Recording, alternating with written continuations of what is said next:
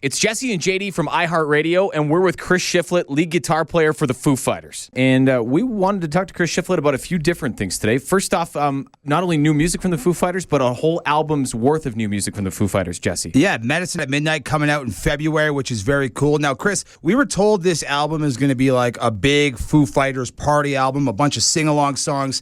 The first single that was released, awesome song, Shame, Shame, that doesn't really scream party. Yeah, I definitely wouldn't say Shame, Shame is necessarily the most party track. It's kind of maybe, I don't know, it's funny. It's kind of a mix because it's got like a groove to it, but it's kind of minor key. You know, it's not like there's definitely some more party track type stuff on the record. It's really like, you know, this record is kind of more a little more groove based than records in the past for the band, for sure. But what's that? Hold on, I'm in the middle of anything. Sorry. Hold on. Sorry. My wife just kicked me out of our garage, which in COVID lockdown time has turned into our home gym. So Okay. Moving into the other room. Sorry, that wrecked my train of thought. Anywho, yeah, it's a party record. Each copy of the vinyl comes with a bindle of cocaine.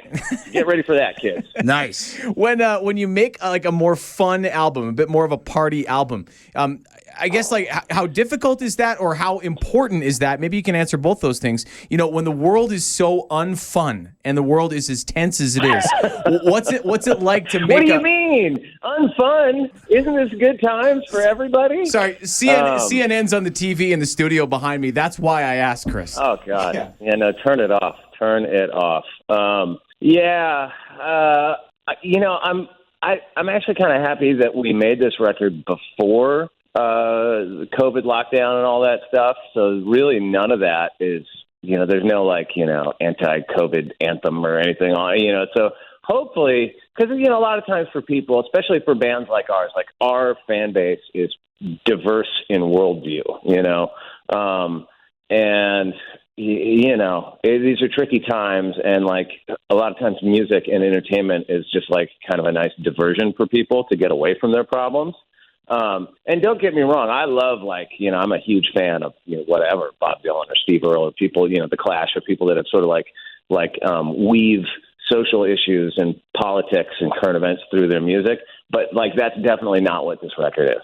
And, you know, maybe that'll be nice for people who, you know, we've all been so inundated with, you know, all the madness for what feels like forever now. Now, Chris, you guys recorded this record, like you said, before the pandemic, so I imagine that you probably wanted to release this album before February, and we all know that the world needs some fun right now. Was that the conscious decision for you guys? Like, hey, there's a lot going on. We probably can't do what we would normally do with the record release, but let's just put this out there so people have an escape from what's going on around them. Well, you know, it's like we were supposed to hit the road. You know, we finished the record around the beginning of the year sometime, and then we're supposed to hit the road starting in April. And then I think the record initially was supposed to come out in the summer. But, you know, for bands like us, for like rock and roll bands, it's really like, it's crazy to put a record out when you can't tour. You know, it's all about touring for us. You know, we're not like a pop band. We don't go on to The Voice or what, you know, like we don't have those sort of like outlets. It's all about hitting the road and playing shows for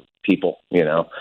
And when, you know, the conscious decision at that point was like, well, we can't go on the road, so let's wait and see how this thing plays out before we put the record out. But at a certain point, you know, you can't sit on it forever. And that's also a very strange feeling for a band. You know, that's not how we normally operate. We usually make the record, start rehearsing, go on tour, the record, you know, there's like a flow to it. So obviously this thing is dragging on longer than anybody initially expected, as far as like not being able to tour and stuff. So, you know, at a certain point, you just got to put the thing out. Well, Chris, the new record, Medicine at Midnight, that comes out in February. We heard you guys had recorded this album at some private home in Los Angeles. I imagine there was a lot of friends around. The band was there. You guys were hanging out. Did you guys really capture, you know, the feeling of a big Foo Fighters record with a whole lot of partying going on around you? Like, what was going on while you guys were recording this album? Well, I mean, I hate to burst your bubble of what you might think it was like. I mean, there were some nights where Dave barbecued, you know, where he would throw briskets in his smoker first thing in the morning, and like by nightfall we'd have like incredible feasts of his barbecue. But generally speaking, I wouldn't say it was like a bunch of friends hanging out having a party like it was like an Aerosmith session in 1976 or something. Although that would have been fantastic. But no, it was more just, it was like it was a house. It just kind of felt like you're going to your friend's house to record. And, it's like the band and the people that we work with and it's all very kind of like family style. And so all in all, I think that it was the vibe was great. It was a great way to do it. But we were getting down to business. I don't expect you to be able to prognosticate what the future of live music looks like because I feel like the world changes every 10 minutes or so. But for a guy like you and for a band like yours that puts on such an incredible live show, what do you think it looks like for you guys? You see the Flaming Lips do like a bubble concert where the fans are in bubbles and you go, God, that looks way too dystopian for my taste. Like what do you think that looks like? You guys were supposed to go on a van tour, and I don't know what could possibly seem so further away from the imagination right now than a tour in a van in tight, sweaty venues. Yeah, I mean, it's hard to imagine that coming back online anytime real soon. I mean, I've heard different ideas thrown around. I am by no means an expert on the matter. I don't know, but I've heard ideas like, bands will go on the road and play outdoor venues, and it'll be like a reduced capacity, and people will be distant. So, who knows? I think all that stuff sounds likely. You got to think that at some point there'll be a vaccine and people will have taken it and things will get back to some sort of normalcy. But yeah, I mean, our shows are like general admission, people jammed up in the front, and that's the way we like it. So, I don't know.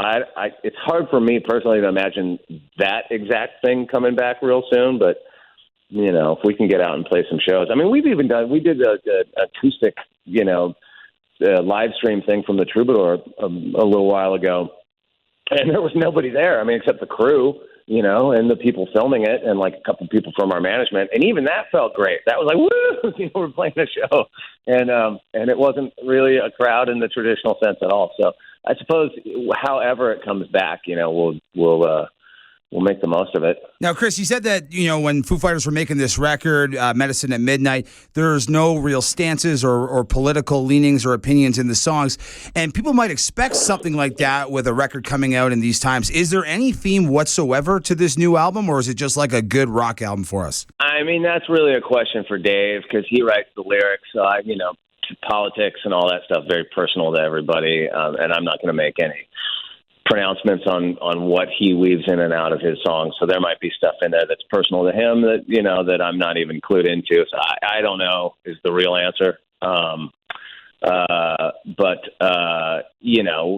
We recorded the whole thing before COVID happened. So, I mean, there's absolutely no possibility that got in there at all because it didn't even exist in the public consciousness yet, Feels like friggin' forever ago, doesn't it? Yeah. Okay, last question from me. Was what was it like for you personally? Like the last little while. I mean, the pandemic I think has looked different for a whole lot of people. Some people got really, really busy. Some people did a whole lot of sitting still. But we just heard about a home gym. So what did it look like for you the last little while? Yeah, it was initially there's as things were getting postponed and canceled and rescheduled with the band, there was like that whole side of it. Like there were weeks or a couple of months of like, oh my God, is this really happening? Like, are we really going to not go on tour? Are we really going to not put our album out? So you're sort of having that internal thing. And then on the home front, it's like my kid's school turns into online school. And there was a period of time there where you couldn't get toilet paper, where you thought that there might be food shortages, where my local grocery store, the shelves were cleared out. There was that whole thing like, oh my God, like, am I going to be able to take care of my family right now? And once we sort of got through that initial period of it, for me, I just, accepted it and just, kind of like, this is like, I have teenage boys. I have 3 teenage boys. My oldest is 17. He's a junior in high school. And, theoretically, he's not going to be living in our house for a whole lot longer. So, I just dove into that. We just surfed. All we could do was like go to the beach. That was like kind of the only option to be active and to be out of the house. So we just surfed a lot. We fished a lot, spent a lot of time with my family, spent a lot of time with my kids and my wife, spent spent a lot of time I have a little demo studio. I just went and did a lot of podcast interviews because I do a podcast thing. Wrote a lot of songs, wrote a lot of songs with some friends on FaceTime, did a lot of that, sort of made a lot of demos. I tried to just keep busy and just try to enjoy the time at home, which it's not hard to do. I mean, it's all sort of framed in this context of the world falling apart. So there's that stress and sort of hysterical element to it. But I look at it as, just for me personally, and not to make light of anybody's situation, but it's been a really great experience to be home with my wife and kids for this amount of time. It's never happened for me. And so that has been amazing. Chris Shiflett of Foo Fighters, brand new song out now, Shame, Shame. Brand new record, Medicine at Midnight, coming out in February. My last question, Chris, and I don't need a real long answer for it, but, growing up playing guitar when you were a little kid, did you ever think that one day you would be in the biggest band in the world? Oh, yeah, the whole time. Yeah, I always Great answer. This was the plan. This was the plan, man.